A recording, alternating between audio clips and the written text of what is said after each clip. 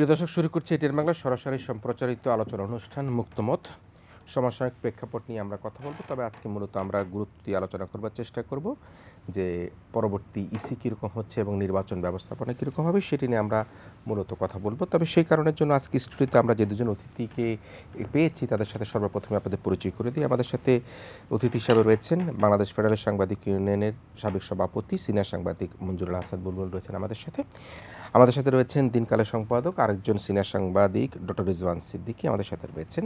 প্রিয় দর্শক, আমরা একটু অনলাইনে যুক্ত করে নিচ্ছি সুজন সম্পাদক ডক্টর বদিউল আলম মজুমদারকে আমরা অনলাইনে যুক্ত করছি, এবং একই সাথে অধ্যাপক ডক্টর নজমুল হাসান করিমুল্লাহ সাবেক উপাচার্য বেগম রোকেয়া বিশ্ববিদ্যালয়, তাকেও আমরা অনলাইনে যুক্ত করছি। কী কারণে যেন যুক্ত করছি নিশ্চয়ই প্রিয় দর্শক আপনারা বুঝতে পারছেন, যেহেতু আমরা পরবর্তী নির্বাচন ইসি কমিটি এবং কিভাবে নির্বাচন হবে সে বিষয়ে একটু কথা বলবার চেষ্টা করব। আমি আলোচনাটা শুরুটা করতে চাই ডক্টর বদিউল আলম মজুমদারকে দিয়েই, যে তারপর আমরা স্টুডিওতে দুজন অতিথির কাছে আসব। আপনারা বোধহয় এই যে পরবর্তী নির্বাচনের ইসি গঠনের জন্য একটি আইন প্রণয়নের দাবি করেছিলেন, এবং সেটিও আপনারা বেশ কয়েকজন বিবৃতিও দিয়েছেন আমরা দেখেছি গণমাধ্যমে। তো সে অবস্থার প্রেক্ষাপটে ইতিপূর্বে আপনারা এই যে বর্তমান যে ইসি রয়েছে সেই ইসির নানা রকম অনিয়ম নিয়ে রাষ্ট্রপতির কাছে আপনারা একটা আবেদন করেছিলেন। তো সার্বিক প্রেক্ষাপট বিবেচনায় বর্তমানে যে পরিস্থিতি চলছে এবং আগামী নির্বাচন, ইসি গঠন, আইন প্রণয়ন, আপনি কীভাবে দেখছেন বিষয়টাকে? ডক্টর মজুমদার আমাকে শুনতে পাচ্ছেন?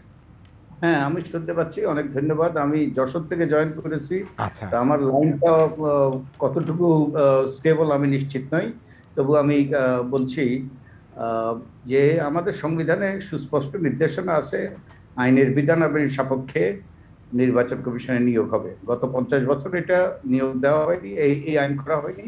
এর মূল কারণ হলো রাজনীতিবিদরা দুর্ভাগ্যবশত কোনো বাধা নিষেধের আওতায় আসতে চান না।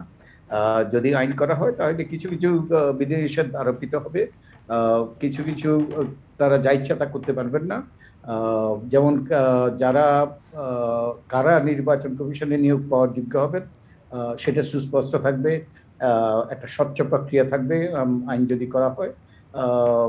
এবং এইসব এগুলো হলে যে কোনো ব্যক্তিকে নিয়োগ দেওয়া সম্ভবপর হবে না। তবুও একবার নিশ্চিত করে বলা যায় না, তবে এগুলো ইংরেজি যেটাকে বলে গার্ড রেইল, কতগুলো বাধা নিষেধ সৃষ্টি করা হবে যাতে যে সঠিক ব্যক্তিরা নির্বাচন কমিশনে নিয়োগ পাওয়ার পথ সুগম হয়। তো এই সরকারের পক্ষ থেকে বলা হচ্ছে যে সার্চ কমিটির মাধ্যমে নির্বাচন কমিশনে নিয়োগ দেওয়া হবে। সার্চ কমিটি আইনেও নাই, কোনো সংবিধানত নাই। এটা একটা অ্যাডহক পদ্ধতি, এবং সার্চ কমিটির যেই অভিজ্ঞতা আমরা রকিবউদ্দিন কমিশন পেয়েছি, আমরা নুরুল কমিশন পেয়েছি, যেগুলো আমাদের নির্বাচনী ব্যবস্থাকে ধ্বংসের মুখে ঠেলে দিয়েছে। এবং সার্চ কমিটি যদি আইন না হয়, যেই প্রক্রিয়াতে যেই পদ্ধতিতে সার্চ কমিটি করতে হবে, সংবিধানের 48 অনুচ্ছেদ অনুযায়ী শুধুমাত্র প্রধান বিচারপতি আর প্রধানমন্ত্রী নিয়োগের ক্ষেত্রে ব্যতীত সব ক্ষেত্রেই রাষ্ট্রপতি মাননীয় প্রধানমন্ত্রীর মতামতের ভিত্তিতে মাননীয় প্রধানমন্ত্রীর সুপারিশের সিদ্ধান্ত নেবেন। তাহলে সার্চ কমিটি কারা হবে, তারপর নির্বাচন কমিশনে কারা হবে, সেটা সিদ্ধান্ত মূলত প্রধানমন্ত্রী নেবেন। কিন্তু আইন করা হইলে এই ব্যাপারে কিছু যাতে যোগ্য ব্যক্তিদের একটা প্যানেল তৈরি হয়, সেই পথ সুগম হবে। এবং আমরা চাই যে একটা সঠিক ব্যক্তিদেরকে নিয়ে। ডক্টর মজুমদার, আমি একটা ছোট্ট করে প্রশ্নে আসি। আপনি যেহেতু অনেক দূরে আছেন, যে কোনো সময় লাইনটি হয়তো বিঘ্নিত হতে পারে। আপনি সার্চ কমিটি বললেন, এটি আমাদের আইনে নাই, কিন্তু আইন করার যে প্রসঙ্গ আপনি বলছেন, আমার এই অনুষ্ঠানেই জাতীয়তাবাদী সমর্থিত বেশ কয়েকজন অতিথি এখানে এসেছেন, তারা কিন্তু আইন করার কথা বলতে গিয়ে তারা বললেন যে এই সময় যদি আইন হয়, এই আইন হবে আওয়ামী আইন। তাহলে যদি সরকার আইন করতেও চায়, যদিও সরকার এখনও সে বিষয়ে কোনো সিদ্ধান্ত পুরোপুরি নেয়নি, তো সে আইন হয়ে গেলো, একটা পক্ষ যদি বলে যেটা আওয়ামী আইন হয়েছে, তখন কি হবে? এই ঝুঁকি তো থেকেই যায়, কিন্তু যদি যে ঝুঁকি থেকে যায় তাহলে সেই জিনিস কেন চাচ্ছে মানুষ, বা আপনারা কেন চাচ্ছেন? একটা গ্রহণযোগ্য আইন করতে চায়, তাহলে কিন্তু জনগণের আকাঙ্ক্ষাকে বিবেচনা নিতে হবে। এবং একটা যদি কার্যকর আইন করতে চায়, তাহলে কিন্তু রাজনৈতিক প্রতিপক্ষের মতামত এখানে প্রতিফলিত হইতে হবে। আর ঠিক আছে, নিশ্চয়ই আমরা একটু আলোচনায় ফিরবো। আপনি বলছিলেন যে গ্রহণযোগ্য আইন এখন কারো কাছে গ্রহণযোগ্য হতে পারে, কারো কাছে গ্রহণযোগ্য নাও হতে পারে, সুতরাং আইন করলে কি সমাধান হবে কিনা সেটি আমি একটু বুলুল ভাই আপনার কাছে আসি। আমরা নাজমুল হাসান কলিমুল্লাহ সাহেবের কাছে যাব পরে। আপনি একটু যদি দেখেন যেটা আইন করার কথা বলছে, কিন্তু আমি আমার এই অনুষ্ঠানে অনেক অতিথি এসেছেন জাতীয়তাবাদী বা বিএনপিপন্থী, তারা বলেছেন যদি এই আইন হয়েও থাকে কিন্তু আইন যদি আওয়ামীপন্থী আইন হয় তাহলে সে আইন দিয়ে কী হবে। সুতরাং আইন, ইসি সার্চ কমিটি, পরবর্তী নির্বাচন, আপনার বিশ্লেষণ কি? আপনি যথার্থই বলেছেন যে একটা খুব ভালো আইনও হতে পারে, মানে আশঙ্কা উড়িয়ে দিয়ে ভালো আইনও হতে পারে, কিন্তু সেই আইনের প্রয়োগ নিয়ে তো সমস্যা হতেই পারে। আমি আজকে বিকেলেই একটা দেখছিলাম যে সংস্কৃতি বিকাশ কেন্দ্রে একটা আলোচনা ছিল, সেখানে বিশিষ্টজনরা আলোচনা ছিলেন। সেখানে সাবেক নির্বাচন কমিশনার ব্রিগেডিয়ার সাকাওয়াত, অবসরপ্রাপ্ত ব্রিগেডিয়ার সাকাওয়াত হোসেন, তিনি বক্তব্য রাখছিলেন। তিনি নেপাল, ভারত আরও কয়েকটি দেশের উদাহরণ তুলে ধরে বলছিলেন যে সেখানে কনস্টিটিউশনাল কাউন্সিল করা হয় এবং সেটি কীভাবে হয় আমার কোনো ধারণা নাই। এটা আমি প্রথম শব্দটা শুনলাম যে কনস্টিটিউশন কাউন্সিলের মাধ্যমে নির্বাচন কমিশন হয়, সেই কমিশন দিয়ে করা যায়, যে এটি কোন পন্থা জানি না।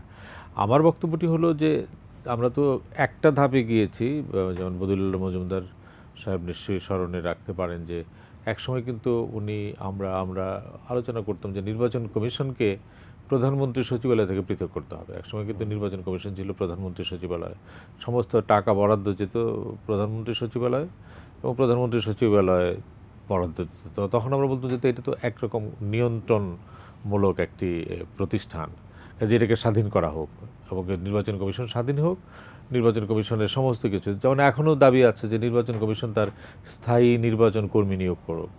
ডিসি কেন মানে রিটার্নিং অফিসার হবে? নির্বাচন কমিশনের নির্বাচন কর্মকর্তারা থাকবে, কাজে এই ডিসি তো মানে নির্বাচনের পরদিন আবার রাজনৈতিক সরকারের অধীনেই চাকরি করবে। কাজে তার তো দায় এই 1 মাস বা 2 মাস বা 3 মাসের জন্য নির্বাচন কমিশনের, এই বিতর্কগুলিও আছে। কিন্তু প্রশ্নটা যেটি মানে আইন, যেটি সেদিন আইনমন্ত্রী বলেছেন যে সংবিধানে আছে, এতদিন হয় নাই, কিন্তু এখন এই অল্প সংখ্যক আইন করা যাবে না। আপনি যেটি বললেন যে অল্প সংখ্যক করার, এই এখন পার্লামেন্টে বর্তমান সরকারের বা বর্তমান সরকারি দলের যে সংখ্যাগরিষ্ঠতা চাইলে পরে 1 মাসের মধ্যেই করা সম্ভব, কিন্তু সেটি আবার আরেকটা প্রশ্নের জন্ম দিবে কিনা।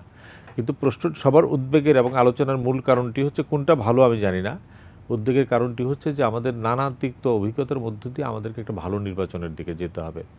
ভালো নির্বাচনের দিকে যেতে হলে তার প্রথম প্রশ্নটাই হচ্ছে একটা গ্রহণযোগ্য নির্বাচন কমিশন করতে হবে, এবং সেই গ্রহণযোগ্য নির্বাচন কমিশন যে সার্চ কমিটি যেটা বলা হয়, সার্চ কমিটিতে বলা হয় যে আপনারা সবাই নাম দেন, সব দল নাম দেন।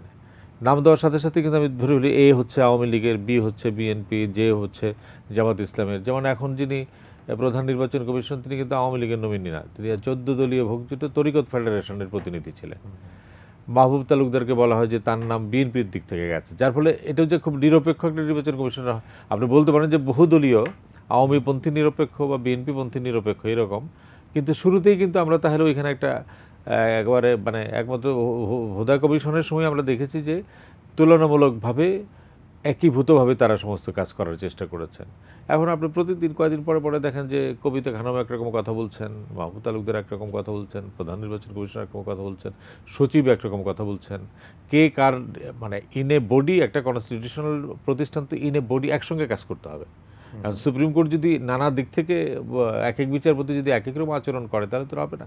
কাজেই আইন করে হোক, কনস্টিটিউশনাল কাউন্সিল করে হোক, সার্চ কমিটি করে হোক, একটা গ্রহণযোগ্য মানে নির্বাচনকে প্রশ্নহীন করার জন্যে প্রথম শুরুটা করতে হবে নির্বাচন কমিশন দিয়ে। এখানেই যদি আমরা প্রশ্নের উত্থাপন করি তাহলে কিন্তু বাকি কাজের মধ্যে আপনি আর এগোতে পারবেন না। কাজেই জনাব বদিউল্লাহ মজুমদার যেটি বললেন, তিনি হয়তো আইনের দিকটা মনে করছেন। ব্রিগেডিয়ার সাখাওয়াত হোসেন অন্য অভিজ্ঞতা থেকে, তিনি তার দাবি না কিন্তু তার অভিজ্ঞতা থেকে তিনি বলেছেন যে কনস্টিটিউশনাল কাউন্সিল, সরকার বলছে সার্চ কমিটি, কোনটি, এবং আপনি যেটি বললেন যে আইন যদি হয়ও, এই আমলে যদি আইন হয়, সেই আইন ধরেও নিলাম যে আইনটাও খুব ভালো আইন হলো, কিন্তু আইনের প্রয়োগটা নিয়েও তো একটা সমস্যা থাকবে। তো কাজেই এর মধ্যে থেকেই তো বের হতে হবে আমাদের। এর মধ্যে কোনোটাই একেবারে অ্যাবসলিউট মানে প্রুফ যে এইটাই একমাত্র ভালো, এর চাইতে ভালো আর পৃথিবীতে কিছু নাই, এরকম বোধহয় হবে না। কাজে আমাদের এই আলোচনার মধ্যেই থাকতে হবে, বা আলোচনার মধ্য থেকে যারা নির্বাচন করেন রাজনৈতিক দল, যারা নির্বাচন করান সরকার, এবং এই যে কী বলে বদিউল্লাহ মজুমদার সাহেবের মতো মানুষ, বা নাজমুল হাসান কলিমুল্লাহর মতন যারা নির্বাচন নিয়ে বাইরে কাজ করেন, ব্রিগেডিয়ার সাখাওয়াত হোসেন, উনি তো এই বিষয়ে বোধহয় ডক্টরেটও করেছেন, তাদের মতামতকে সম্মিলিত করেই একটা সিদ্ধান্তের জায়গায় আসলে আমরা এই বিপদ থেকে কিছুটা রেহাই পেতে পারি। আমি নিশ্চয়ই আবার ফিরবো। ডক্টর রেজাউল সিদ্দিকী রয়েছেন আমাদের সাথে। আমি ডক্টর নাজমুল হাসান কলিমুল্লাহ, আমি একটু আপনাকে, আমাকে শুনতে পাচ্ছেন তো নিশ্চয়ই, না? আমি শুনতে পাচ্ছি। আচ্ছা, আমরা তো এই আলোচনাটা ইসি গঠন কিভাবে হওয়া উচিত, আইনের কথা আমরা শুনলাম, সার্চ কমিটির কথা শুনলাম। আপনি যে সর্বশেষ নির্বাচন কমিশন, যেটি অল্প কিছুদিনের মধ্যে যাদের মেয়াদ শেষ হয়ে যাবে, তাদের কে কিভাবে দেখছেন? যেটি ডক্টর মজুমদার বললেন, ইতিমধ্যে সার্চ কমিটি করে যে নির্বাচন কমিশনগুলি গঠিত হয়েছিল সেগুলি এক ধরনের নির্বাচনকে ধ্বংসের মুখোমুখি নিয়ে গিয়েছিল। আপনার বিশ্লেষণে সর্বশেষ নির্বাচন কমিশন যেটি হয়েছিল সেটাকে আপনি কিভাবে দেখছেন?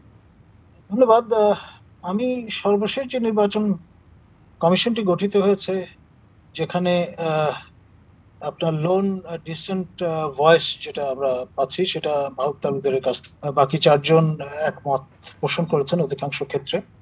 তো তারা যেদিন শপথ গ্রহণ করে নবনির্মিত নির্বাচন কমিশন ভবনে এসে প্রেস ব্রিফিং করেন, সেখানে আমি উপস্থিত ছিলাম, এবং প্রধান নির্বাচন কমিশনার মহোদয় জনাব হুদা তিনি কিন্তু নেতৃত্ব দিয়েছিলেন, এবং যেই অঙ্গীকার প্রদান করেছিলেন সেই জায়গাটায় শেষ অবধি কতটুকু তারা থাকতে পেরেছেন এটা নিয়ে একটা বড় প্রশ্নবোধক চিহ্ন হাজির করা যায়। কিন্তু মূল যে সমস্যাটি সেটি হচ্ছে এই যে অ্যাকসেপ্টেন্স, সেটা একটা বড় শর্ত। এখন সবার কাছে গ্রহণযোগ্য বিবেচনা করবার জন্যই কিন্তু সার্চ কমিটি গঠন করা হয়েছে, এবং সকল দলের মতামতের উপর ভিত্তি করে 10টি নাম প্রস্তাব করেছিল সেই সার্চ কমিটি, এবং তার উপর ভিত্তি করে মহামান্য রাষ্ট্রপতি 5 জনকে নিয়োগ প্রদান করেছেন, এবং তার উপর ভিত্তি করে তারা শপথ গ্রহণ করে রাগ বিরাগের বশবর্তী হয়ে তারা কাজ করবেন না, তারা তাদের উপর অর্পিত দায়িত্ব তারা নির্মমভাবে পালন করবেন, অবাধ সুষ্ঠু নিরপেক্ষ নির্বাচন নিশ্চিত করাই তাদের লক্ষ্য। এই নিরিখে তারা কাজ করার চেষ্টা করছে। কিন্তু এখানে রেসপন্সিবল যে অ্যাক্টর বা স্টেক হোল্ডার, তাদের ভূমিকাটিও কিন্তু ধর্তব্যের মধ্যে নিতে হবে। এখন মেইনস্ট্রিম পলিটিক্যাল দুটো যে ডিভাইড আমরা এখানে লক্ষ্য করছি, শাসক দল আওয়ামী লীগ এবং মাঠের বিরোধী দল বা সংসদের বাইরের বিরোধী দল ছিলেন, বর্তমানে সীমিতভাবে তারা আমরা দেখছি পার্লামেন্টে ক্রিয়াশীল আছেন। এখন তাদের মধ্যে বটম লাইন যেটা, সেটা কিন্তু আমরা এখন পর্যন্ত নির্ণীত হয়েছে বলে দেখতে পাচ্ছি। জি, আপনি ডক্টর কলিমুল্লাহ, যেহেতু আপনাকে শুনতে একটু অসুবিধা হচ্ছে, আপনার কাছে মোটা দাগে কিছু উত্তর আমরা চাই। সেটি হচ্ছে যে আপনি যেটি বলছিলেন যে স্টেক হোল্ডার যারা, তাদেরও দায়িত্বশীল ভূমিকার কথা বলছিলেন। যদি এক বাক্যে আপনি একটু বলতে চান, সেটি হচ্ছে যে এই যে নির্বাচন কমিশন যেটি তার মেয়াদ শেষ করতে যাচ্ছে, সেই নির্বাচন কমিশনের গ্রহণযোগ্যতা আপনার কাছে কীরকম? আপনি স্টেক হোল্ডার বা অন্যদের কাছে যাই হোক, আপনার কাছে কীরকম ছিল? আমি যেটা লক্ষ্য করেছি সেটা হচ্ছে যে বরাবর যে কোনো ইস্যুতে মাহবুব তালুকদার মহোদয় দ্বিমত পোষণ করেছেন, এবং বাকি সবাই ভিন্ন মত পোষণ করেছেন। তো ফলে গোড়া থেকেই কমিশন লিম্পে তারা টিম হিসেবে কাজ করবার যে অঙ্গীকার করেছিলেন, সেটা শেষ অবধি এখন পর্যন্ত টিল টু ডেট আমার কাছে মনে হয় সেটা তারা করতে সমর্থ হন।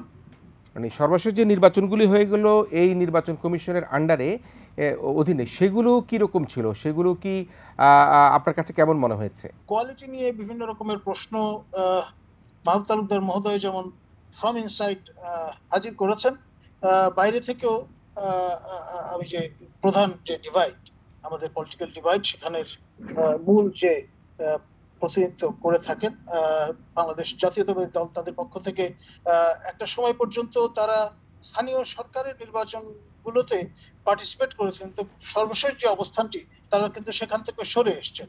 তো ফলে মানে একটা eyeball to eyeball situation prevail করছে, যেটা আমাদের জন্য দুর্ভাগ্যজনক।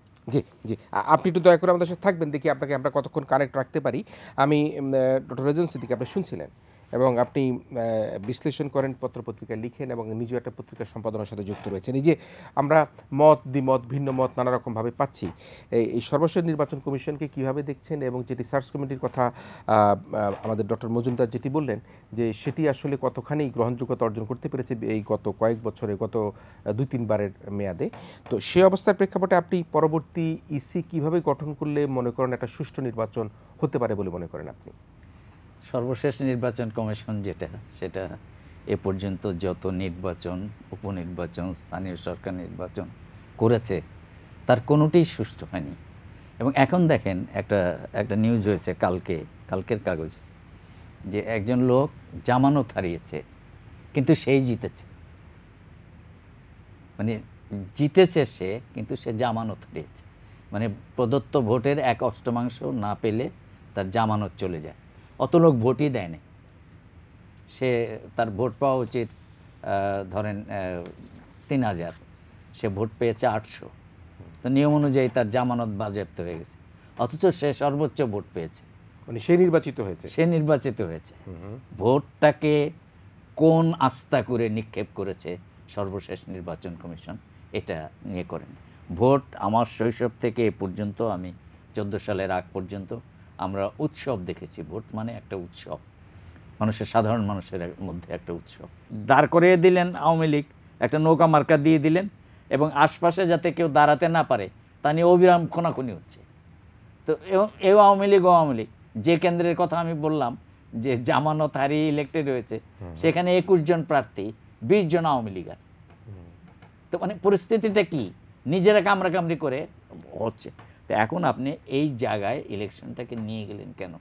ইলেকশনটা তো উৎসব ছিল এবং একদিনের বাদশা ছিল, আমরা বলতাম মানুষকে যে একদিন ভোট দিয়ে তারা ঠিক করে দেন। কিন্তু বাংলাদেশে যে পরিস্থিতি, সেই পরিস্থিতিতে এখন সরকার কিছুতেই এই নির্বাচন কমিশনকে তাদের হাতছাড়া হতে দেবে না। আপনি প্রশাসনের হাতে আপনি সমস্ত দায়িত্ব দিয়ে দিচ্ছেন। প্রশাসন, আপনি ঘর বানাবেন, আপনি প্রশাসনকে দায়িত্ব দিয়েছেন কেন? জনপ্রতিনিধি নয় কেন? আপনি আসেন সততার সঙ্গে, আন্তরিকতার সঙ্গে, দেশে গণতন্ত্রের স্বার্থে, মত প্রকাশের স্বার্থে, স্বাধীনতার সার্বভৌমত্বের স্বার্থে আপনি একটি সুষ্ঠু গণতান্ত্রিক সরকার গঠনের জন্য একটি গ্রহণযোগ্য নির্বাচন কমিশন গঠন করে। কথা বলছিলাম, ডক্টর রেজাউল সিদ্দিকী বললেন যে সেটি হচ্ছে যে চট্টগ্রামের কথাই বলছিলেন যে একজন প্রার্থী বিজয়ী হয়েছেন কিন্তু তিনি তার জামানত হারিয়েছেন। আমি বুলবুল ভাইয়ের কাছ থেকে একটু শুনি, আসলে বিজয়ী হচ্ছেন, জামানত হারিয়েছেন, আবার আমরা বিভিন্ন নির্বাচনে দেখতে পাই যে অন্য কোনো দলের কোনো প্রার্থী নাই, শুধুমাত্র আওয়ামী লীগ বা নৌকা মার্কার প্রার্থী। সেখানে প্রার্থী কেন, অনেক নির্বাচনে তো ভোটারও নাই। মানে ধরেন যে কনস্টিটিউয়েন্সিতে আওয়ামী লীগের প্রার্থীরা জয়ী হয়, মানে হিসেব মতে আওয়ামী লীগের যে পরিমাণ ভোটার আছে সেই ভোটারও তো আসছে না। আপনি ধরে নিলাম যে অন্য দলের ভোটাররা আসলো না, কিন্তু আওয়ামী লীগের ভোটার পার্সেন্টেজে তো আসবে। কাজেই আপনি যদি মানে কেস টু কেস দেখেন, মানে কত পার্সেন্ট ভোট পেলে, এখন আমরা আমাদের একটা পদ্ধতি আমরা চালু করেছি যে আপনি যদি 5 লক্ষ ভোটারের মধ্যে 10 জনও যদি আসে তাতেই আমি পাস। কিন্তু এটা পৃথিবীর কোনো ভালো দেশে তো সেটা নাই। আপনার সেকেন্ড রাউন্ড, এই রাউন্ড, দুই থার্ড রাউন্ড, কিন্তু আমাদের সিস্টেমের মধ্যে নাই। আপনি নির্বাচন কমিশন নিয়ে কথা বলছেন, কিন্তু এই নির্বাচন কমিশনের ধরেন একটা ভালো নির্বাচন করার জন্য তো কতগুলি শর্ত তো আছে। একটা শর্ত হচ্ছে যে আমার সকল দলের অংশগ্রহণ থাকতে হবে, সকল দল মানে যারা প্রতিনিধিত্বশীল দল আছে। দ্বিতীয় যেটি হচ্ছে আমাদের মানে সর্বোচ্চ সংখ্যক ভোটারদের আসতে হবে, সবার সমান, মানে সমান, সকল পক্ষের সমান প্রচারণার সুযোগ থাকতে হবে। আপনি যতগুলি গুণাবলী বলবেন তার মধ্যে দিয়ে একটা ভালো নির্বাচন হয়। কিন্তু দুঃখজনকভাবে এই বিদায়ী নির্বাচন কমিশনারকে আপনি এই ব্যাপারে যদি ক্যাটাগরি নম্বর দেন, কোন খাতে কত নম্বর দিবেন আমি জানি না। আমি তো 5 নম্বর পাওয়ার ক্ষেত্রে তো খুব জটিলতা আছে। মানে কোনোটাতেই 5 নম্বর, যে যখন বলে যে ভোটার আসেন আমি কি করব, এটা তো আপনার জন্য খুব ডিসগ্রেসফুল যে আপনি যখন নির্বাচন কমিশন তখন ভোটার আসছেন, আপনি আধুনিক ইভিএম পদ্ধতি চালু করছেন, কিন্তু তারপরেও ভোটার ট্রেনিং এত লক্ষ লক্ষ কোটি কোটি টাকা খরচ করা হচ্ছে, তারপরে ভোটার আসছে না। দল কখনো আসছে কখনো আসছে না। হ্যাঁ, স্টেক হোল্ডারদের একটা দায়িত্ব থাকবে, রাজনৈতিক দলগুলির দায়িত্ব থাকবে অবশ্যই, যারা ভোটার ক্যাম্পেইন করবেন, নির্বাচন নিয়ে ক্যাম্পেইন করবেন, তাদেরও দায়িত্ব থাকবে। কিন্তু চূড়ান্ত বিচারে তো হোস্ট হচ্ছেন আপনি, মানে ইউ আর দ্য অ্যাঙ্কর। তাহলে সেক্ষেত্রে এই যে সর্বশেষ নির্বাচন কমিশনের কথা বলেন, তার অধীনে যতগুলো নির্বাচন অনুষ্ঠিত হয়ে গেল সবগুলি তো প্রশ্নবিদ্ধ। তাহলে সেই প্রশ্নবিদ্ধ হলে সরকারের ক্রেডিবিলিটির জায়গায় কীরকম থাকে? যারা সরকার তো সেই দায়িত্ব সরকারের উপরই পড়ছে, যে সরকারের মানে নির্বাচন কমিশন সরকারের দেখানো পথই হাঁটছেন, কিন্তু নির্বাচন কমিশন তো একটা সাংবিধানিক পথ। আমি এখানে আমার ধারণা যেটি যারা বদিউল আলম মজুমদার বললেন যে আইন কোরের মধ্যে দিয়েই কমিটিগুলি হবে। ব্রিগেডিয়ার সাখাওয়াত হোসেন সাহেব তিনি যেটা বলছেন যে ভারত ছাড়া নেপাল, ভুটান এবং পাকিস্তানের সংবিধানের আলোকে প্রণীত আইনের প্রতিষ্ঠিত কনস্টিটিউশনাল কাউন্সিলের মাধ্যমে নির্বাচন কমিশন গঠিত হয়। আপনি ভারত বাদ দেন, নেপাল, ভুটান, পাকিস্তান যদি ধরেন খুব ভালো উদাহরণ না, আমাদের মতোই মোটামুটি, এবং বরং পাকিস্তানে যে কমিশনে হোক না কেন তার পেছনে সেনাবাহিনী থাকে, প্রকাশ্যে অথবা অপ্রকাশ্যে যেভাবেই থাকে, যে পাকিস্তান খুব ভালো উদাহরণ নয়।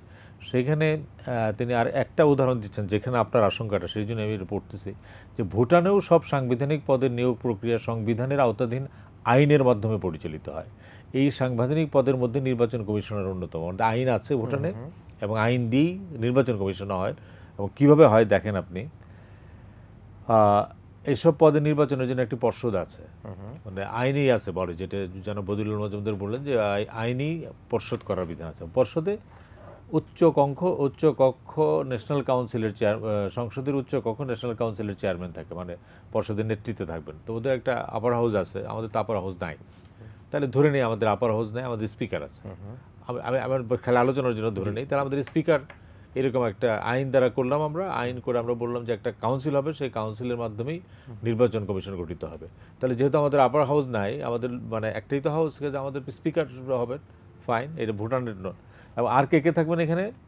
পর্ষদের সদস্য হিসেবে থাকবেন প্রধানমন্ত্রী, প্রধান বিচারপতি, নিম্নপক্ষের স্পিকার, মানে ওদের যেহেতু নিম্নপক্ষ আছে, বিরোধী দলের নেতা। সে ধরেন বাংলাদেশে আইন হলো, আইনের মধ্য দিয়ে আমরা বললাম স্পিকার সভাপতি হবেন, একটা কাউন্সিল হবে, এবং সেখানে প্রধানমন্ত্রী থাকবেন, প্রধান বিচারপতি থাকবেন, বিরোধী দলের নেতা থাকবেন, এবং তারা একটা এবং এই পরিষদ একটা নাম নিয়ে আলোচনা করে ওই নামের তালিকাটা ড্রুক গিলার পর, মানে ভুটানের রাজার কাছে পাঠায়, রাজা নিয়োগ করেন, এবং এই নিয়োগ পদ্ধতি স্বচ্ছ বলে আন্তর্জাতিক অঙ্গনে খুব প্রশংসিত। এখন বাংলাদেশের প্রেক্ষাপটটা চিন্তা করেন, আমি ভুটানটা প্রশ্ন করছি না, বাংলাদেশে ধরেন আমাদের যে আপার হাউস না, আমাদের স্পিকার, সভাপতি, প্রধানমন্ত্রী আছেন, বিচারপতি আছেন, বিরোধী দল আছেন, আমরা একটা কমিটি করলাম, আইনের মধ্যেই করলাম, সেখানে বিএনপি নাই, বিএনপি আর তো থাকার সুযোগ নাই, কিন্তু যেটি ডক্টর বদিউল আজম বলছেন, সেখানে তো যারা বিশেষজ্ঞ রয়েছেন তাদের একটা মতামত তো নিবার কথা এখানে আছে, সুপারিশ নেবার কথা আছে। নুরুল হুদা কমিশন কত কম লোকের সঙ্গে আলোচনা করেছে, আমরাই তো বহুবার গেছি সেখানে, আমরা কিছু অনেকজনের সঙ্গে ডায়লগ করেছে, অনেক প্রস্তাব তো আমাদেরও আছে সেখানে ইভিএম নিয়ে আলোচনা। তাহলে এই যে এখন যেটি নির্বাচন কমিশনকে আপনারা বা আমরা মোটামুটিভাবে প্রায় সকলেই বলছেন যে এটা ব্যর্থতার পরিচয় দিয়েছে, এখন পরবর্তী যেটি হতে যাবে, তো একই যদি অবস্থা হয় তাহলে গত 2-4-5 বছর সময়কাল নির্বাচন, আমরা যে কথাগুলি বলছি সেই কথাগুলি তো সেই উদ্বেগ থেকেই, মানে এটা তো ধরেন নির্বাচন কমিশন এক টার্ম থাকবে, তারা চলে যাবে, যাদেরকে নির্বাচিত করবে তারাও হয়তো চলে যাবে, কিন্তু আপনি যে এই যে ভোট ব্যবস্থাটা ধ্বংস হয়ে গেল, ভোটাররা নির্বাচন আসতে চায় না, রাজনৈতিক দায়কার এই যে ভোট ব্যবস্থা এটা চূড়ান্তভাবে আমাদের রাজনীতিরই দায়, সরকারের হয়তো বড় দায়, বিরোধী দলেরও বড় দায়। কারণ আপনি দেখবেন যে বিএনপির কথা যদি ধরেন, যখন তারা জেতার ধারায় থাকে তখন তারা আসে, যখন হারতে থাকে তখন আর তারা নির্বাচনে থাকতে চায় না। তো কাজেই ওইখানেও আমার ধারণা যে পলিটিক্সের দিক থেকে যদি এটা একটা সিদ্ধান্ত না হয়, শুধুমাত্র মানে ফোর্স ফিডিং করে এনজিও বা ওয়াচডগরা আমাদেরকে দিবে, আর তার থেকে এটা রাজনৈতিক দলগুলিকেই সিদ্ধান্ত গ্রহণ করতে হবে যে, কারণ আপনি রাজনীতির যে জায়গাটাতে ভাঙন শুরু হয়েছে, আমি যে জায়গাটাতে আমরা আছি, এখান থেকে তো বের হতে হলে রাজনীতিই লাগবে। এটা বাইরে থেকে কেউ কমান্ড করে আম্পায়ারিং করে এটাকে ঠিক করে দিবে এটা হবে। আম্পায়ার যারা আছে তারা বাইরে থেকে বলাবলি করবেন, তাদেরও নানান ধরনের স্বার্থ থাকে, নানান ধরনের ইশারা ইঙ্গিত থাকে, কিন্তু যদি রাজনীতিকরা ঠিক থাকে, আপনি ধরেন ভারতে রাজনীতির এত দ্বন্দ্ব, এত খারাপ অবস্থা, কিন্তু তারপরেও দেখবেন যে আপনি এখানে কিন্তু তারা একটা জায়গায় সমঝোতার মধ্যে আসে। আমরা তো কেউ কারো মুখই দেখতে চাই না, কথাই শুনতে চাই না, সুতরাং আমাদের এখানে আমরা আবার আত্মীয়তা করতে চাই। হ্যাঁ, আমাদের দেখা যায় যে অনেক বিয়ে শাদীতে গেলে দুই পক্ষেরই কিন্তু আত্মীয়তা হচ্ছে, বড় বড় গাড়ি উপহার পাচ্ছে এই পক্ষ সেই পক্ষ, যারা ক্ষমতায় আছেন বা ক্ষমতার বাইরে আছেন। আমি ডক্টর বদিউল মজুমদার, আপনি শুনছিলেন আমরা যে আলোচনাগুলি করছিলাম, এখন সেই অবস্থায় আসলে এই যে আইন হয়তোবা যেটি সরকারের পক্ষ থেকে বলা হলে অল্প সময়ের মধ্যে আইন করার সুযোগ নাই, কিন্তু এই যে সার্বিক যে আলোচনা সরকারের পক্ষ থেকে, যারা রাজপথে রয়েছেন বিএনপির পক্ষ থেকে বা যারা সংসদীয় বিরোধী দল রয়েছেন, তাদের সার্বিক যে আলোচনার প্রেক্ষাপটে আপনি মনে করেন কি হতে পারে, মানে কি অবস্থার দিকে আমরা যাচ্ছি, কি ধরনের কমিশনের দিকে যাচ্ছি? আইন করার সময় নেই, এটা সঠিক নয়, আইন করার সদিচ্ছা নেই। ডক্টর নুরুল কমিশন যখন ডক্টর শামসুল কমিশন যখন বিদায় নেয়, তখন তারা একটা আইনের খসড়া থেকে গিয়েছিল। কিন্তু কেউ এর প্রতি ভ্রুক্ষেপ করে না। আমরা এই নিয়ে দৃষ্টি আকর্ষণ করার চেষ্টা করেছি, এবং শুধু তাই নয়, আমরা একটা আইনের খসড়া তৈরি করে গত 4 তারিখে আমরা একটা উপস্থাপন করছি, যাতে একটা আলাপ আলোচনা শুরু হইতে পারে। এটা আইন তো আমাদের সংসদ 5 মিনিটে আইন পাশ করে, তো এর জন্য বেশ কয়েক মাস আছে। এটা আইন যদি করতে চায় করার কোনো সমস্যা নেই। আপনি আরেকটা, প্রথমেই আপনি বলেছেন যে এটা হবে আওয়ামী আইন। সবসময় যেই সরকার থাকে সেই সরকারি আইন করে, অতএব যেইভাবে তারা চায় সেভাবে আইন হয়। অতএব ওই যে সংসদে প্রতিনিধিত্ব কার কত থাকলো তাতে কিছু আসে যায় না। সরকারি দলের ওই যে মতামতের ভিত্তিতে সরকারি দলের ওই যেটা অগ্রাধিকার তার ভিত্তিতে হয়। যদি সরকারি দল বিরোধী দলকে আস্থায় নিতে চায়, যদি জনগণের ওই যে বিশ্বাসযোগ্যতা, জনগণের কাছে বিশ্বাসযোগ্যতা অর্জন করতে চায়, তাহলে আলাপ আলোচনা করে সেরকম আইন পেতে পারে। আর যেটা বলা হইলো যে বুলবুল ভাই বললেন এবং ব্রিগেডিয়ার সাখাওয়াত সাহেব বলতেছেন যে হ্যাঁ, ওই যে অনেক দেশেই আছে কনস্টিটিউশন কাউন্সিলের মাধ্যমে, নির্বাচন কমিশন নয়, আরো অনেকগুলো কমিশন, এবং যেসব কমিশন বিধিবদ্ধ কিংবা সাংবিধানিক ওই যে প্রতিষ্ঠান আছে, এগুলোতে নিয়োগ দেওয়া হয়, কিংবা সার্চ কমিটির মাধ্যমে হতে পারে। তো একটা আইনের মাধ্যমেই নির্ধারিত হবে একটা সার্চ কমিটির মাধ্যমে হবে নাকি কনস্টিটিউশনাল কাউন্সিলের মাধ্যমে হবে, এবং এটা একটা ওই দুটোই থাকতে পারে। সার্চ কমিটি কতগুলো নাম নির্ধারণ করে কনস্টিটিউশনাল কমিশনে পাঠাতে পারে এবং তারা চূড়ান্ত করতে পারে। আর আরেকটা যে জিনিস আমাদের মনে রাখতে হবে, যে যেটা ভুটানের মতো কিংবা নেপালের মতো দেশে হয়তো কার্যকর, আমাদের দেশে কার্যকর হবে কিনা। আমাদের মনে অনেকেরই মনে আছে 72-এর সংবিধানে কিন্তু এই সাংবিধানিক প্রতিষ্ঠানে যারা আছে তাদের অভিশংসনের ইয়ে ছিল, এই যে অভিশংসনের ক্ষমতা ছিল কিন্তু সংসদের উপর। 16তম সংশোধনীর মাধ্যমে সেটা আবার পুনরুদ্ধার করা হয়েছে, পুনঃপ্রতিষ্ঠা করা হয়েছে। কিন্তু আমাদের সুপ্রিম কোর্টের আপিল বিভাগ সর্বসম্মতভাবে আমাদের প্রেক্ষাপট বদলে গেছে, তাই সেটাকে অসাংবিধানিক করে ঘোষিত হয়েছে। তো যেটা অন্য দেশে সম্ভব যে কনস্টিটিউশনাল কাউন্সিল করে, সেখানে এটা হয়তো সম্ভব না হইতে পারে। তো তার একটা বিপরীত হইতে, তার একটা বিকল্প হইতে পারে যে একটা সার্চ কমিটি হতে পারে, যেখানে প্রধানমন্ত্রীর প্রতিনিধি থাকতে পারেন একজন সংসদ সদস্য, বিরোধী দলের প্রতিনিধি থাকতে পারেন একজন সংসদ সদস্য, অন্যভাবে আরো সংসদ সদস্যকে সংযুক্ত করা যায়। কোন সার্চ কমিটির কথা বলছেন? নির্বাচন কমিশন গঠনের সার্চ কমিটি? হ্যাঁ, নির্বাচন কমিশনের সার্চ কমিটি। আচ্ছা, সংসদের ওখানে মতামত থাকবে, এবং শুধু তাই নয়, সেখানে এই যে নাগরিক সমাজের প্রতিনিধি থাকতে পারে এবং গণমাধ্যমের প্রতিনিধি থাকতে পারে। যেমন ব্রিগেডিয়ার সাখাওয়াত সাহেবের প্রস্তাব হলো 3 জন অন্তত এই যে নাগরিক সমাজের এবং গণমাধ্যমের প্রতিনিধি থাকা উচিত। তো এইরকম বহুভাবে করা যায়, কিন্তু একটা আইন করার মাধ্যমে কিভাবে করা যাবে, কিভাবে করা হবে, এটা এই যে ওখানে সুস্পষ্টভাবে বলা থাকবে। নিশ্চয়ই আমরা ফিরবো আবার আপনার কাছে। আমি একটু যুক্ত করি। আইনের মাধ্যমে তো স্বচ্ছতা নিশ্চিত করা যায়। যেমন যাদেরকে তারা বিবেচনা করছে তাদের নামগুলো প্রকাশ করে দিতে পারে, তাদের থেকে তারা হলফনামার মাধ্যমে তথ্য নিয়ে প্রকাশ করে দিতে পারে, এবং এই কমিটির যে সার্চ কমিটির যে আলাপ আলোচনা, এগুলো যে কার্যপ্রণালী, এগুলো তারা প্রকাশ করতে পারে, এবং তারা যাদের নাম সুপারিশ করবে তাদের সম্পর্কে একটা রিপোর্ট রাষ্ট্রপতির কাছে যখন পাঠাবে, যে কি যোগ্যতার ভিত্তিতে এবং কোন কারণে তারা এদের নাম প্রস্তাব করলো, এবং আইনের মধ্যে আরো থাকবে, আইনের মধ্যে কারা যোগ্য কারা অযোগ্য, এগুলো সুস্পষ্ট করা থাকবে। তাই স্বচ্ছতার বিধান করা যাবে, এবং ওই যে যোগ্যতা অযোগ্যতার বিধানগুলো ওখানে অন্তর্ভুক্ত করা যাবে, এবং কতগুলো সেফগার্ড, কতগুলো সেখানে প্রতিষ্ঠা করা সম্ভব হবে, যাতে আমরা নিশ্চিত করে বলতে পারি না, কিন্তু এর সম্ভাবনাটা উজ্জ্বল হবে। জি, নিশ্চয়ই আমরা সুযোগ থাকলে আলোচনা আবার ফিরবো। আমি প্রফেসর রাজুল হাসান কলিমুল্লাহ, আপনার কাছে একটা বিষয়, আমরা গত কয়েকদিন থেকে গণমাধ্যমের প্রকাশিত বিভিন্ন খবরে দেখতে পাচ্ছি যে বর্তমানে ক্ষমতাসীনদের বাইরে রাজনৈতিক দলগুলো থেকে প্রার্থী হতে আগ্রহী কোনো প্রার্থী পাওয়া যাচ্ছে না, অর্থাৎ নির্বাচনে প্রার্থীর একটা আকাল পড়েছে, শুধুমাত্র ক্ষমতাসীনদের মধ্যেই কিন্তু প্রার্থী আসছে। তো যেহেতু বিএনপি নির্বাচনে যাচ্ছে না, কিন্তু আরও অনেক দল তো রয়েছে, তো এই যে প্রার্থী সংকটটা একমাত্র একটি দলের বাইরে, সেটি কেন হচ্ছে, এবং সেই জায়গাটা কি আমাদের নির্বাচন ব্যবস্থাটা কি এক ধরনের প্রশ্নের মুখোমুখি পড়ছে কিনা? ধন্যবাদ। আমরা যদি এটা কেস স্টাডি হিসেবে নেই, কুমিল্লা 7 আসনের যে উপনির্বাচনটি অনুষ্ঠিত হয়ে গেল জি সম্প্রতি বিনা প্রতিদ্বন্দ্বিতায়, আমাদের অগ্রজ সহকর্মী প্রফেসর ডক্টর প্রাণগোপাল প্রাণগোপাল, দত্ত জি তিনি নির্বাচিত ঘোষিত হলেন।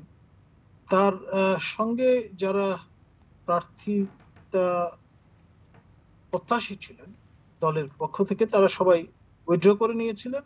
আর সর্বশেষ জাতীয় পার্টি এবং ন্যাপের দুজন মনোনয়ন পেয়েছিলেন তাদের দলের থেকে, এবং তারা শেষ অবধি উইথড্র করে নিয়েছিলেন। তো সেই কারণে তিনি বিনা প্রতিদ্বন্দ্বিতায় নির্বাচিত হয়েছেন। ফ্রম লিগ্যাল ফর্মাল পার্সপেক্টিভ থেকে যদি আমরা দেখি, তাহলে সবকিছু সহিভাবেই সম্পন্ন হয়েছে। কিন্তু সমস্যাটা হলো ওই যে অনাগ্রহ, এবং সেই সঙ্গে ধরেই নেওয়া হচ্ছে শাসক দলের টিকিট একবার পেয়ে গেলে বা মনোনয়ন পেয়ে গেলে, প্রতীক পেয়ে গেলে, সেটাই হচ্ছে চূড়ান্ত বিষয়। আর যদি আমরা দেখি যে নিয়মের কারণে শেষ অবধি কেউ যদি প্রার্থিতা প্রত্যাহার নাও করেন, এক ধরনের নির্বাচন অনুষ্ঠিত হচ্ছে, কিন্তু সেখানে ইলেকট্রয়েট অর্থাৎ যারা ভোটার, তাদের খুব একটা আগ্রহ পরিলক্ষিত হচ্ছে না। ফলে টার্ন আউট কম হচ্ছে এবং আলটিমেটলি ওই রকম সমস্যার সূচনা ঘটছে।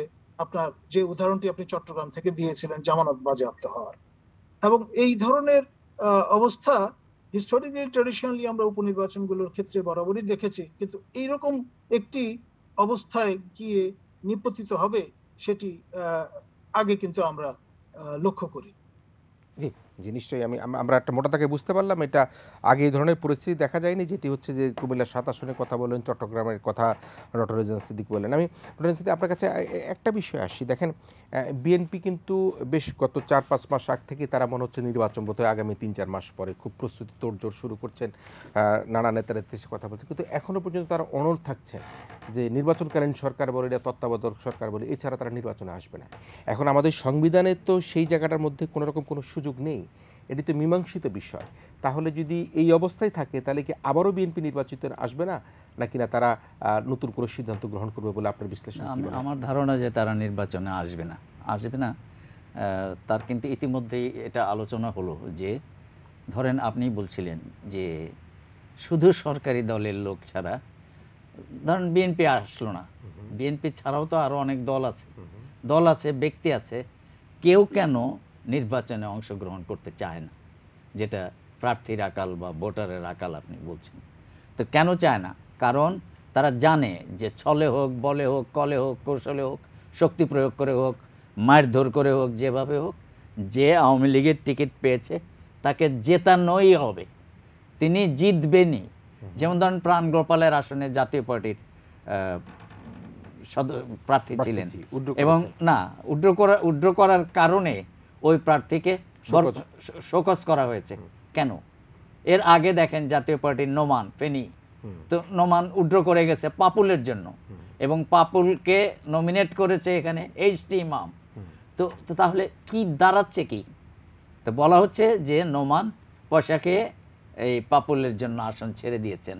আবার একইভাবে আপনি অন্যত্র প্রাণগোপালের জায়গায় যে জাতীয় পার্টির কেউ পয়সাকে কাজটা করে নাই, তা তো না। এবং ভোটারের এই যে আকাল, কারণ আওয়ামী লীগ যে সেই জিতবেই তার গ্যারান্টি, তাহলে অন্যরা কেন আসবে? যেমন না, সেখানে যেহেতু আমাদের সাংবিধানিকভাবে এখন নির্বাচন প্রক্রিয়া এটা নির্দিষ্ট করা হয়েছে, সে জায়গায় তারা ভোটে আসতে তাদের বাধা কোথায়? বাধা কারণ ভোটে যেই যাক সে জিতবে না। তাহলে তো ধরেন ইনুরা ইলেকশন করতো না, ইনু, মেনন, তারপরে যেগুলো আওয়ামী লীগের কোথা থেকে ইলেকশন করতো, এই স্থানীয় সরকারি ইলেকশন করতো, বরিশালে ইলেকশন করছিল না, মেয়র ইলেকশন করছিল মেননের পার্টি, সে তাকে কিভাবে নাজেহাল করা হয়েছে, ফিজিক্যালি নাজেহাল করা হয়েছে। তো তাহলে আপনি তো দাঁড়াবেন তো দূরের কথা, ক্যাম্পেইন করবেন তো দূরের কথা, আপনার জান নিয়ে সমস্যা। তো সুতরাং এই যে একটা পরিস্থিতি, একটা ত্রাসের পরিস্থিতি সৃষ্টি করা হয়েছে, এখানে ভোটই কি আর ইলেকশনে দাঁড়ানোই কি আর জেতাই কি না জেতাই? তাহলে বিএনপি কি চায় এখন? বিএনপি চায় যে একটি সুষ্ঠু নিরপেক্ষ নির্বাচন, যেটা এই সরকারের না, একটি তত্ত্বাবধায়ক সরকার বা নির্বাচনকালী সরকারের অধীনে হতে হবে। সেই সরকার নিরপেক্ষভাবে একটি নির্বাচন করবে, সেই নির্বাচনে বিএনপি যাবে, নইলে যাবে না। জি বুলবুল ভাই, আমরা একটু আপনার কাছে আলোচনার পরেই বিরতিতে যেতে চাই। নানা রকম বিশ্লেষণ আমরা দেখলাম, আসলে সকলেই কিন্তু আমরা চাই, বিশেষ করে আমরা যারা রাজনীতির সাথে যুক্ত নয়, আমরা মনে করি যে একটা সুষ্ঠু সকলের একটা ভোটাধিকারের মাধ্যমে নির্বাচন হোক। সেটি সরকারও হয়তো চায়, বিরোধী দলের পক্ষ থেকে সেই দাবি করা হচ্ছে। আসলে কি হতে পারে, কি প্রক্রিয়া হলে এই ধরনের যে মানুষের মনোবাসনা পূর্ণ করা সম্ভব হবে? আমরা এতক্ষণ ধরে যে আলোচনা করলাম, ইনস্টিটিউশনগতভাবে নির্বাচন কমিশনকে নিয়ে প্রশ্ন, নির্বাচন নিয়ে প্রশ্ন, প্রার্থীদের নিয়ে প্রশ্ন, বিরোধী দল নিয়ে প্রশ্ন, জয় পরাজয় নিয়ে প্রশ্ন, কিন্তু তারপরেও কিন্তু আমাদের রাজনৈতিক দল, বিশেষ করে বিএনপির কথা যদি আমরা বলি, সরকারি দল তো ধরেন উজ্জীবিত আছেই, তারা দাঁড়াইলেই পাশ করে, কিন্তু বিএনপি কিন্তু রাজনীতির থেকে সরে যায় না। তারা কিন্তু ওই যে আপনি যেটা বললেন যে মনে হয় যে নির্বাচনের প্রস্তুতি নিচ্ছে, এটি হচ্ছে রাজনীতির ভিতরকার শক্তি, যে মাঠ ছেড়ে দিয়ে কেউ চলে যায় না। হ্যাঁ, বিএনপি তাদের দাবিগুলি তো বলবেই, তত্ত্বাবধায়ক সরকারের কথা বলবে, নিরপেক্ষ নির্বাচন কমিশনের কথা বলবে, একটা বড় বিরোধী দল যাদের শক্ত একটা জনভিত্তি আছে তারা তো এই কথা বলবেনি। এখন আমি এইটাও মনে করি না আবার যে এই যে ধরেন একটি দাবি নিয়ে বসে থাকলাম, এর কোনো নড়চড় হবে না।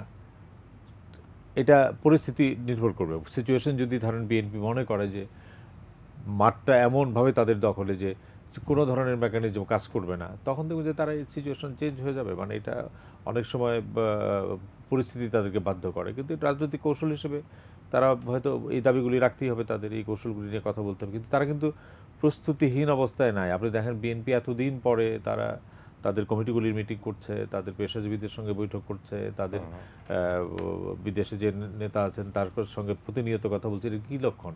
লক্ষণটা যে দলটাকে সংগঠিত করা, সামনে যে কোনো চ্যালেঞ্জ যদি আসে সেই চ্যালেঞ্জটাকে মোকাবেলা করা। হয়তো এখনই তারা ঝাঁপিয়ে পড়ছে না রাজপথে, কিন্তু তাদের তো একটা বড় জনসমর্থন তো আছে, তো সেই জনসমর্থনটাকে আরও কীভাবে মানে ভোটে ট্রান্সলেট করা যায় সেই বিভাগে প্রস্তুতি নিচ্ছে। কাজে আমি অতটা হতাশাবাদী না। হয়তো সরকার কতটুকু কোন পরিস্থিতিতে কতটুকু ছাড় দিবে না। ধরেন বিএনপির বিরুদ্ধে যখন আওয়ামী লীগ মাঠে ছিল তখন তো একটা সময় মনে আপনি ওই 14ই ফেব্রুয়ারির নির্বাচনের সময় তো অর্ধেক মানে ইলেকশন হয়েই গেল, কেউ তো পাশ করেই ফেললেন, কিন্তু আওয়ামী লীগ যখন দেখলো যে মাঠটা তার দখলে, তখন বিএনপি বাধ্য হলো না ওইখান থেকে সরে আসতে। কাজে নির্ভর করে পলিটিক্সের সমীকরণটা। এখানে বিএনপিরও কিন্তু তারা জিনিস চিন্তা রাখতো, তারা ভোটে যদি অংশগ্রহণ করে শেষ পর্যন্ত তার ভোটের মাঠে থাকা দরকার।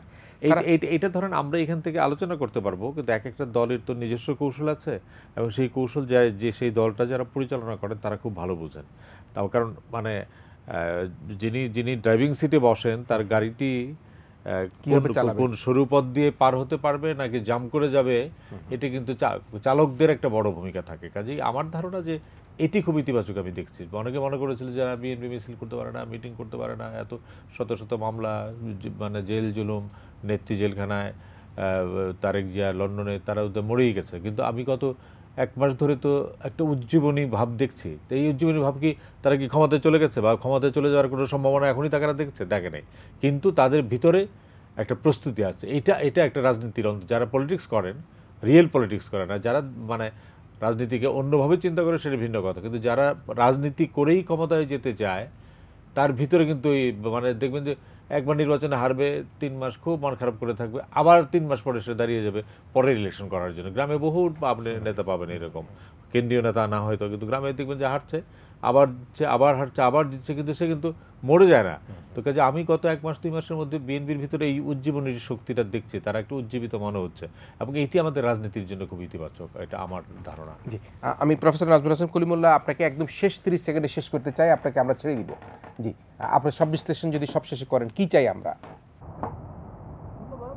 আমরা অবশ্যই চাইব যে সকল দলের, বিশেষ করে মোটা দাগে মেইন স্ট্রিম যে পলিটিক্যাল পার্টি, তাদের অংশগ্রহণের ভিত্তিতে অবাধ, সুষ্ঠু, নিরপেক্ষ নির্বাচন।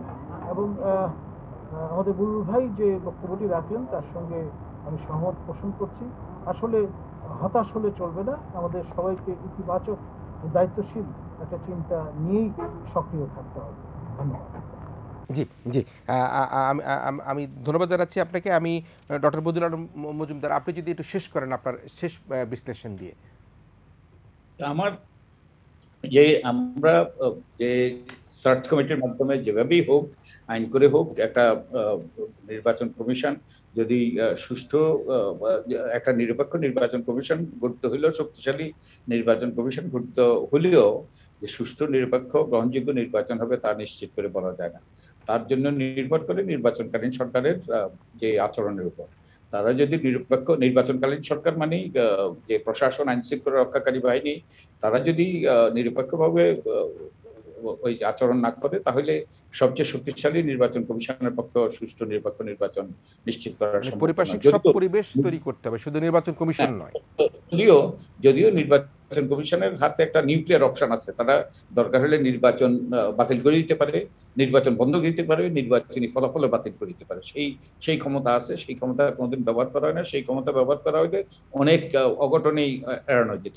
আরেকটা জিনিস, নির্বাচনকালীন সরকারের কথা বলা হচ্ছে যে পঞ্চদশ সংশোধনীর মাধ্যমে তো নির্বাচনকালীন যে তত্ত্বাবধায়ক সরকার ব্যবস্থা বাতিল করা হলো। আমি সবাইকে প্রয়াত মাহমুদুল ইসলামের কনস্টিটিউশনাল ল ওই বইটা পড়ার জন্য অনুরোধ করবো। উনি আমাদের সবচেয়ে বিখ্যাত কনস্টিটিউশনাল ল। কি আছে মোটা দাগে একটা দুটো লাইন বলবেন কিনা, কি আছে সেখানে? উনি এই যে a parliament cannot bind a future parliament, যে পঞ্চদশ সংশোধনের মাধ্যমে অনেকগুলো ওই যে বিধানকে পরে সংশোধন করা যাবে না, এটা করতে পারে না। তো এই পঞ্চদশ সংশোধনের সাংবিধানিক বৈধতা সম্পর্কে ওই যে বিরাট এই যে প্রশ্ন রয়েছে। আর এই যে তত্ত্বাবধায়ক সরকারের ব্যাপারে যে আমাদের মাননীয় প্রধানমন্ত্রী, তার অনেকগুলো লেখা আছে যে নির্বাচনকালীন সময়ে তারা ক্ষমতায় থাকবে না, তাহলে তারা জনগণের কাছে দায়বদ্ধ হবে। এই সকল আর্গুমেন্টগুলো এখনো ভ্যালিড। তো এই আমরা যদি চাই আমাদের নির্বাচনী ব্যবস্থাটা আবারও ওই যে গ্রহণযোগ্য হোক এবং আমরা আমাদের গণতান্ত্রিক ব্যবস্থাটা কার্যকর হোক, তাহলে আমাদের একটা সুষ্ঠু নিরপেক্ষ নির্বাচনের কোনো বিকল্প নেই। আর তা না হলে কিন্তু নির্বাচনী হলে একমাত্র সাংবিধানিকভাবে, নিয়মতান্ত্রিকভাবে, আইনানুগভাবে ক্ষমতা বদলের পথ। এই পথ যদি রুদ্ধ হয়ে যায়, তাহলে কিন্তু আমরা সবাই all of us will be in trouble. আমরা একটা বিরাট অনিশ্চয়তার দিকে অগ্রসর হব। একটু সাংবাদিকদের প্রসঙ্গে একটু আসতে চাই। আসলে বলুন, আপনাকে দিয়ে আলোচনাটা করি। সেটা হচ্ছে যে 11 সাংবাদিক নেতার ব্যাংক হিসাব তলবের যে বিষয়টি, সেটি আসলে এখন কি অবস্থায় আছে? আমরা বেশ অনেক দিন দেখেছিলাম যে প্রথম দিকে এটার একটা সুষ্ঠু তদন্ত হওয়া দরকার, কেন হয়েছে, কী কারণে হয়েছে। আমাদের টকশোতে এসে একজন সাংবাদিক নেতা বলেছেন যে কারো ব্যাংক অ্যাকাউন্ট হয়তো বা 2-3 বছর ধরে অপারেটই করা হয় না, এরকম 2-4 জন আছেন। অনেক লেনদেন তো থাক দূরের কথা। তো সেটা কি অবস্থায় আছে এখন? এইটা নিয়ে আমাদের বক্তব্য হলো যে এই যাদের ব্যাংক হিসাব তলব করা হয়েছে, ব্যক্তি হিসেবে সরকার তার গোয়েন্দা সংস্থা বা তাদের সংস্থাগুলি তলব করতে পারে, কিন্তু এটা দৃষ্টিতে এসেছে এই কারণের জন্যে যে একটি বিশেষ পেশার নির্বাচিত নেতাদের সবাইকে একসঙ্গে আপনি ব্র্যাকেটভুক্ত করেছেন। তখন সাংবাদিক হিসেবে আমাদের উদ্বেগটা হচ্ছিল, তাহলে কি একটা বিশেষ পেশাকে বিশেষভাবে চিহ্নিত করে এটা করা হচ্ছে? এটা ছিল আমাদের উদ্বেগের জায়গা। আর তা হলে মানে ইন্ডিভিজুয়ালি যদি কোনো ব্যক্তিকে তারা তলব করেন, তিনি ব্যক্তিগতভাবে সেখানে হাজিরা দেবেন, যদি অনিয়ম থাকে তার আইন অনুযায়ী বিচার হবে, সেটা আপত্তি নেই। তা আমাদের বক্তব্যটি ছিল যে এটির মধ্য দিয়ে সাংবাদিকদেরকে এক ধরনের চোখ রাঙানি দেওয়া হচ্ছে কিনা, এটিই হলো আমাদের উদ্বেগ।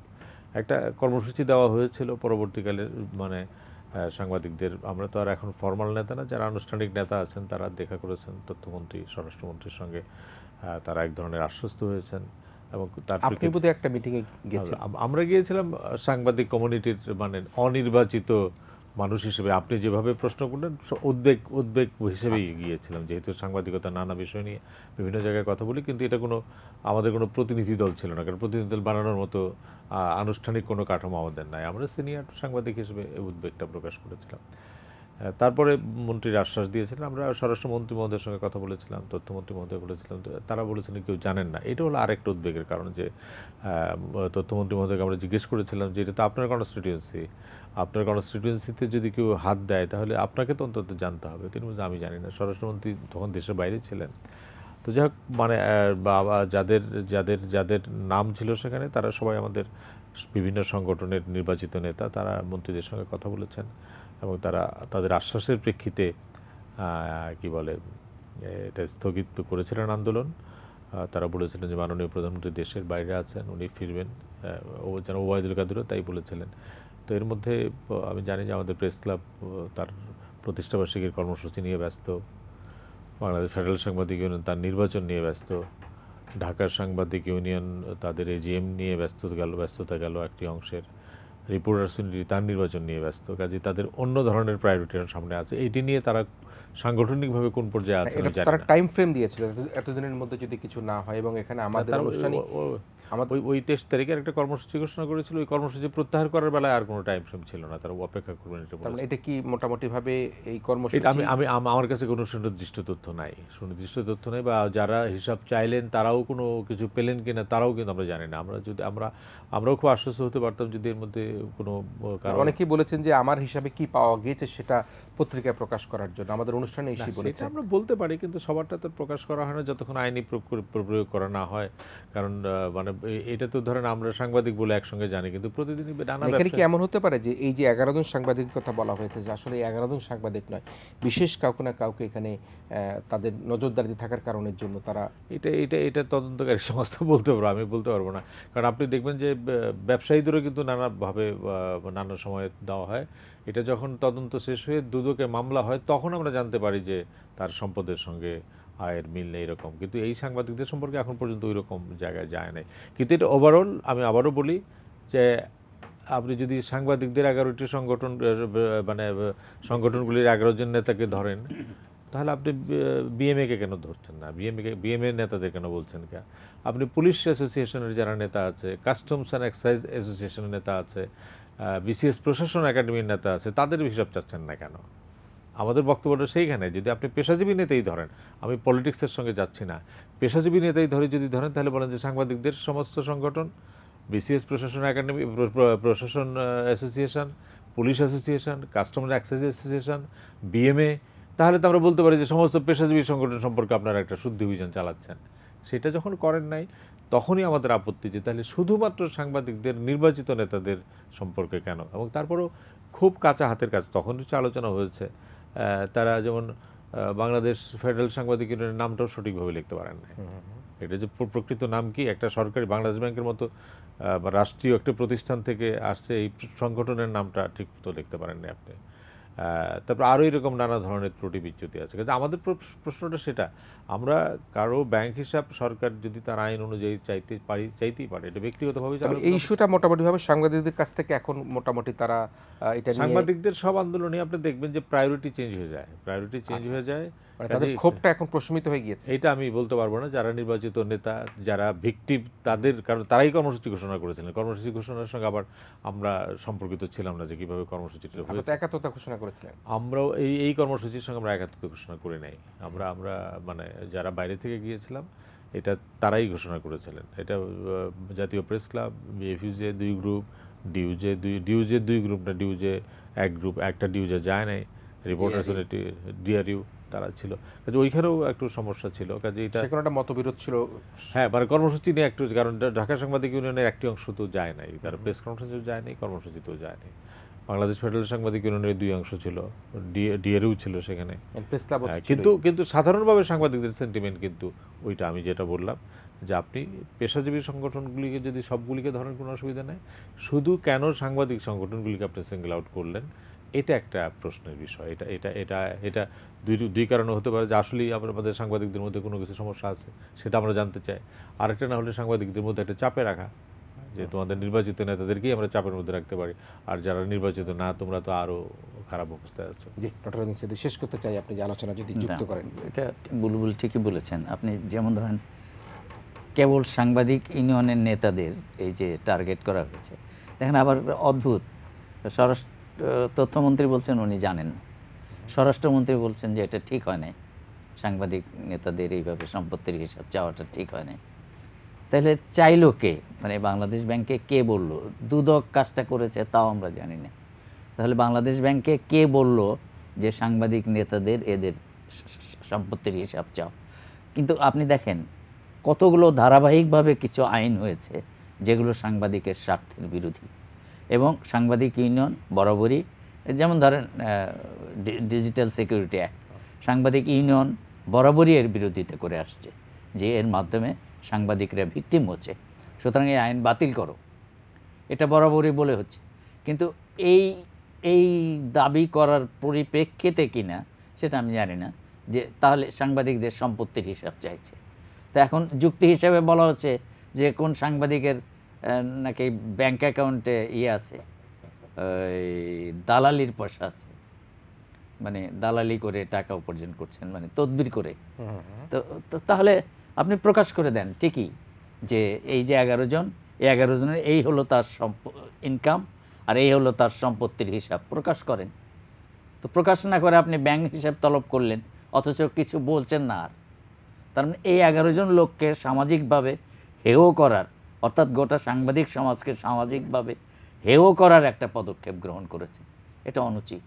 এবং যে বুলবুল ঠিকই বলেছেন যে আপনি অন্য সব পেশাজীবীদেরও ধরতেন, তাহলে বুঝতাম যে আপনি কোশ্চেন করছেন সকলকে, আপনি তা করছেন না। সাংবাদিক এখানে যে 10-11 জনের কথা বলা হচ্ছে, যেটি আপনি বলছিলেন যে দালালির পয়সা হয়তো কারো থাকলেও থাকতে পারে, সেই কারণে দেখেন, দেখে আপনি বলেন যে এর ইনকাম হলো মাসে 50,000 টাকা আর এর ব্যাংক অ্যাকাউন্ট আছে 50 লাখ। সেই কারণের জন্য তো আপনার 10 জন বা 11 জন কিন্তু রাস্তায় যখন কোথাও চেক করার সময় তো একসাথে অনেককে চেক করে একজনের পকেটে হয়তো অবৈধ অস্ত্র বা অবৈধ মাদক পায়, তো সেই প্রক্রিয়া তো গভর্নমেন্ট করতে পারে। ঠিক আছে, আমরা সবাইকে দেই, দেখা যাক কারো কাছে আছে কিনা। তো এটা তো কোনো কাজের কথা হলো না।